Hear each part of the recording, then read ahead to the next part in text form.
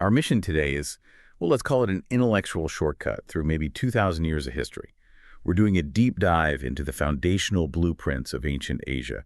We're looking specifically at those massive civilizational poles, China and India, and of course the vibrant, sometimes conflicted cultures that surrounded and connected them. Yeah, and when we talk about ancient Asia, it's really important to get rid of that idea of, isolated empires just sitting there on their own. What the sources show us is this huge continent that really functioned as a colossal network. It was all woven together by migration, those famous Silk Roads, obviously, but also, and this is crucial, by the spread of core ideas. Systems about how heaven should rule earth, how the soul governs society. We're here to try and uncover those original operating instructions, you could say, for belief and power that honestly still define these regions today. Right, so for you, the listener, the central tension we're really digging into is this. How did these sort of competing ideas about governance, strict law versus moral virtue, these competing spiritual systems, the rigid hierarchy of Hinduism versus the, well, radical equality of Buddhism, how do they all come together to create the essential framework for this vast interconnected continent? Let's unpack that. Maybe starting in the East, where political organization really kicked off. Okay, so the ultimate political firewall in China, the big idea was the mandate of heaven. And this wasn't just some, ancient PR spin. It was the actual mechanism that legitimized dynasties changing for thousands of years.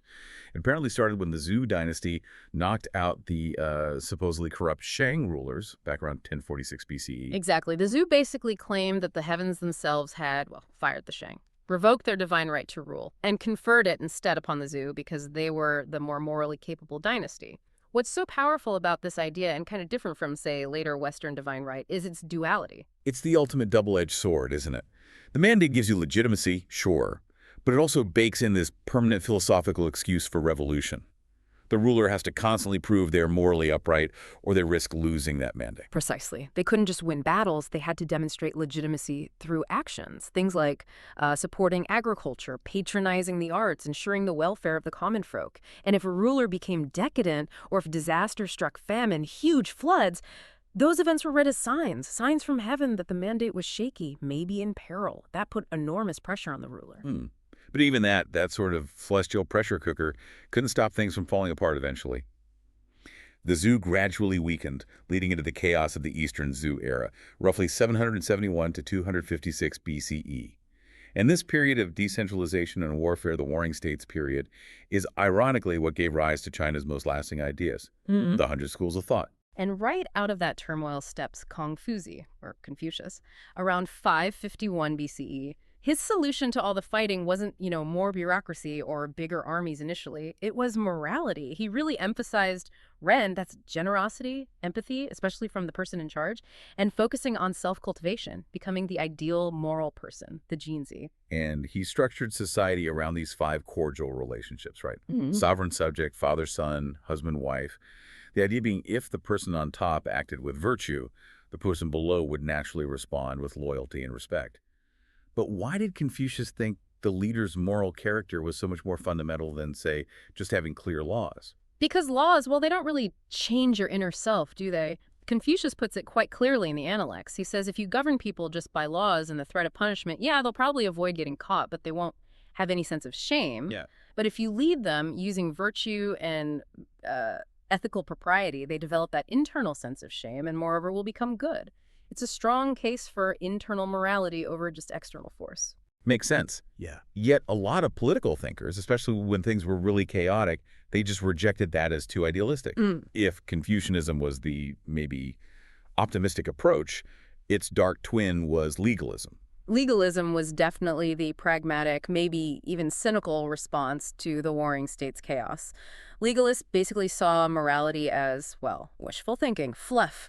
They argued the only way to quickly build a rich country and a strong army was through grabbing and centralizing power immediately. So their approach was a clear, written legal code, backed up by absolutely predictable enforcement, huge rewards for compliance, terrifying punishments for breaking the rules, ruthlessly efficient, you could say, but also incredibly harsh. Exactly. It offered speed and certainty, which Confucianism, with its focus on slow moral change, just couldn't promise in the short term. And ironically, it was legalism, that harsh system, that ultimately provided the sort of administrative blueprint for the very first unified Chinese empire, the Qin dynasty. And then kind of floating above all this human effort, you have Taoism promoting Wu Wei. Ah, non-action. Right. It suggested the best way to govern was minimally, avoid interfering, let people connect to the Tao, the underlying way of the cosmos. So that tension between Confucian virtue, legalist get-it-done efficiency, and maybe Taoist detachment, that really became the core operating system for Chinese political thinking for centuries. Okay, let's shift gears now. Let's leave the settled farming states of China and look north to what was arguably the dynamic engine of the continent, the Inner Asian steppe. These mobile societies, they weren't just, barbarians on the edge. They were a central force in their own right. Yeah, and that whole lifestyle shift around 1500 BCE seems to have been driven by necessity, climate change. It got colder and drier, pushing groups off marginal farmland and towards nomadic pastoralism, herding sheep, goats, and critically, horses. This created a culture fundamentally defined by mobility, by speed, by the horse. And a society that was, interestingly, often more egalitarian than the big settled empires down south. Their whole economy revolved around the horse. Power came to chieftains, khans, or chanias, who could command huge herds. And we even have archaeological finds showing women involved in archery combat, maybe lending some truth to those later Mulan-type legends. Could be. And their relationship with the settled Han dynasty in China, it's just a masterclass in complicated geopolitics. Sometimes they were absolutely essential trading partners. They'd trade their horses, the steppe ultimate resource, for Chinese silk, grain, fancy lacquerware. But just as easily, maybe if a drought hit the grasslands, they'd turn into hostile, really frightening raiders. Which brings us to one of the really deep insights from the sources, the actual reality behind the whole tributary system. Official Chinese histories always paint the picture of groups like the Xiannu, humbly submitting tribute to the glorious Son of Heaven. But if you read between the lines a bit, the reality was often the complete opposite, wasn't it? Oh, absolutely. It was frequently an expensive policy of appeasement. Sure, the Chinese state demanded the symbolic gesture of submission, the bowing, and the tribute gifts coming in. But in practice, the Han often had to pay out massive bribes, huge amounts of silk, rice, cash to the Xiongnu simply to keep the peace. Think about it. The military cost of trying to defend thousands of miles of border against constant raids, it often far outweighed the cost of just paying them off. So the settled empire was essentially buying its security from the mobile one. That really underscores the Xiongnu's actual power. They often controlled those crucial trade arteries, the Silk Roads. And later, when the Han dynasty eventually fractured, these Xiongnu and other groups like the Xianbei didn't just raid anymore, they moved in. Exactly. They established their own quite sophisticated multi-ethnic states in northern China, which shows they'd clearly been watching and learning, absorbing that Chinese imperial blueprint all along. Okay, so if China's blueprint was largely about setting up human-centric rules for governing society here on Earth, the other great civilizational pole, India, offered something different, a kind of cosmic rulebook for the soul itself. Let's swift focus dramatically southwest now, to the Indian subcontinent. Right. And this system really starts taking shape with the arrival of the Indo-Aryans, maybe around 1800 BCE. They brought their Vedic religion, the hymns of the Vedas, and over centuries this slowly evolved, driven largely by the thinking of the priestly Brahmin class, into what we now call Brahmanism and eventually Hinduism. And the absolute core concepts underpinning this worldview were these ideas of eternal cycles and crucially determined status. You have samsara, the endless cycle of life, death, and rebirth. And governing that cycle is karma, the idea that every single action you take, good or bad, builds up karmic weight. And that weight determines your station in the next life. Will you be reborn as a king or, detested reptile? The ultimate aim, the spiritual peak, is moksha, release from this cycle, union with the ultimate reality, Brahman. But for society here on Earth, this spiritual belief system provided the absolute unquestionable justification for the Varna system. That's the strictly hierarchical caste system, based entirely on your inherited status. Which means the religious belief was directly wired into the social and political machinery. The main tiers, Brahmins, the priests, and Kshatriya, the warriors, right at the top, followed by Vaishya, merchants and commoners, and then Shudras, the servants and peasants. It was fixed, immutable. If you were born a Shudra, that was it. And the justification, your bad karma from a previous life. It was an incredibly effective, almost self-policing system of social control. And then you had the Dalits, the untouchables, effectively outside the system altogether, dealing with tasks considered impure. Laws weren't just about maintaining order, they were specifically designed to prevent any upward mobility. It ensured privilege for the elites while also convincing the lower classes that their current suffering was just, well, a temporary phase in their soul's much longer cosmic journey. But that kind of rigidity, it almost always sparks a reaction, doesn't it? Yeah. And the profound challenge to this whole Brahmanical system came from Buddhism. Siddhartha Gautama, the Buddha, around 563 BCE, offered a radically different path, one that bypassed all the complex rituals and, critically, the inherent inequality of the caste system. He really distilled the path to enlightenment down into a practical, achievable practice. The Four Noble Truths, which lay out the problem of suffering and its cause, desire. And these lead to the Eightfold Path: right understanding, right action, right mindfulness, and so on, culminating in nirvana, which is that state of ultimate peace you find when you extinguish all selfish desire. And that universality, the idea that anyone could achieve this, gave it tremendous appeal, right? It attracted women. It attracted, crucially, people from the lower castes because it fundamentally promised enlightenment was possible for everyone on an equal footing, regardless of what family or class you happen to be born into. It was kind of spiritual democratization. And that potentially disruptive spiritual system was, interestingly, harnessed by imperial power itself. Look at the Mauryan Empire, especially Emperor Ashoka. He comes to power around 268 BCE. Initially, he's this absolutely ruthless military conqueror, until the Battle of Kalinga.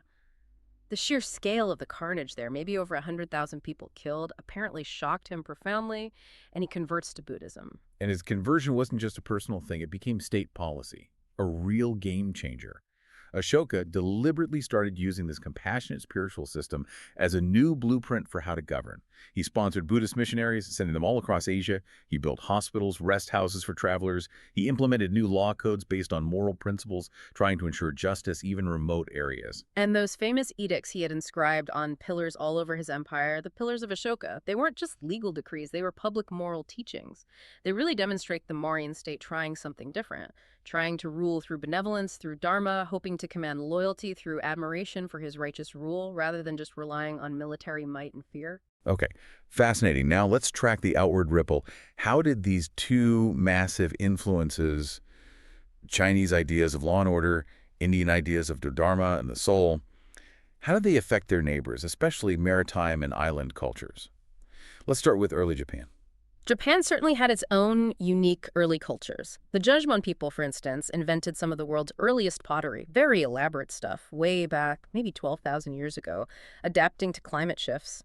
But the really big shift comes later with the Yayoi period, starting around 300 BCE. New migrants arrive, likely from the mainland, bringing rice agriculture. This leads to population booms, more competition, and eventually the emergence of early states. And Chinese records from around that time mention a really interesting political setup, this distinctive dual governance style. We hear about Queen Himiko, early 3rd century CE. She seems to have ruled primarily through spiritual authority, divination, shamanism, while her younger brother apparently handled the day-to-day, more secular administrative tasks. And then as we move into the Yamato era, which follows, we see a very calculated adoption of mainland technologies and ideas, things like bronze mirrors, iron weapons coming in from China and Korea. But they didn't just use these items practically, they cleverly incorporated them into their own developing religious system, associating these powerful imported objects, especially mirrors, with new deities, most importantly the sun goddess Amaterasu, and then establishing her as the divine ancestor of the imperial household. This weaving of advanced foreign tech into local sacred myths was a key way the Yamato clan consolidated its power. Right. Okay, moving south now to Southeast Asia. Geographically, it sat right between these two giants, India and China. And its geography really shaped its destiny, didn't it? The monsoon winds were critical. Absolutely critical. That the sheer predictability of those winds was transformative. From about June to November, the winds blew reliably from the southwest, facilitating sailing out of India, carrying people, goods, ideas eastward and southward. And then, from December to May, the winds reversed, blowing from the northeast, ensuring the return journey was possible. This geographical certainty just made intense trade and cultural transfer almost inevitable. And you can really see the Indian blueprint flowing heavily into the region as a result. Sanskrit language, Hinduism, Buddhism, they all took root. This fueled the rise of powerful, sophisticated states. Think of Srivijaya, controlling trade through the Strait of Malacca from Sumatra and the Malay Peninsula, or the incredible monuments like Borobudur in Java, still the world's largest Buddhist structure. These weren't colonies, they were indigenous empires skillfully using Indian spiritual and political ideas to boost their own authority. Contrast that, though, with northern Vietnam, particularly the Red River Delta area. It fell much more firmly into China's direct orbit for centuries. And despite Han Chinese dominance and pretty relentless efforts at sinicization, imposing Chinese administration, laws, language, taxes, we see powerful local resistance. The famous Trung Sisters Rebellion back in 40 CE against Han rule. It immediately became this incredibly potent symbol of Vietnamese identity, of defiance against that imposing Chinese model.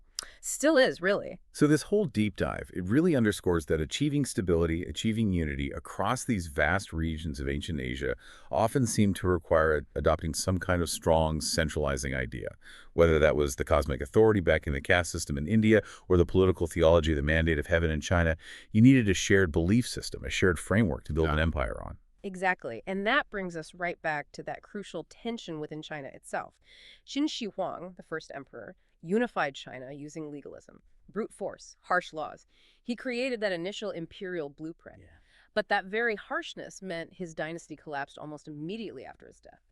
The Han Dynasty, which came next and lasted for centuries, figured out the winning formula. They kept the efficient legalist administrative structure, the bureaucracy, the centralized control, but they overlaid it, governed through it, using the ethical framework and the moral example of Confucianism. That was the key, perhaps. Use legalism to manage the state apparatus, but use Confucianism to manage and legitimize rule over the people. Which leaves us with a final, maybe provocative thought for you, the listener, to mull over. Thinking about the sheer force, the intense centralization, needed to forge these enormous ancient empires. Which civilization, ancient China under the ruthlessly efficient Qin, or ancient India under the Mauryans before Ashoka's dramatic Buddhist turn plain? Which one found a more immediately effective method for creating a vast unified state? Was it the cold thread of absolute codified law?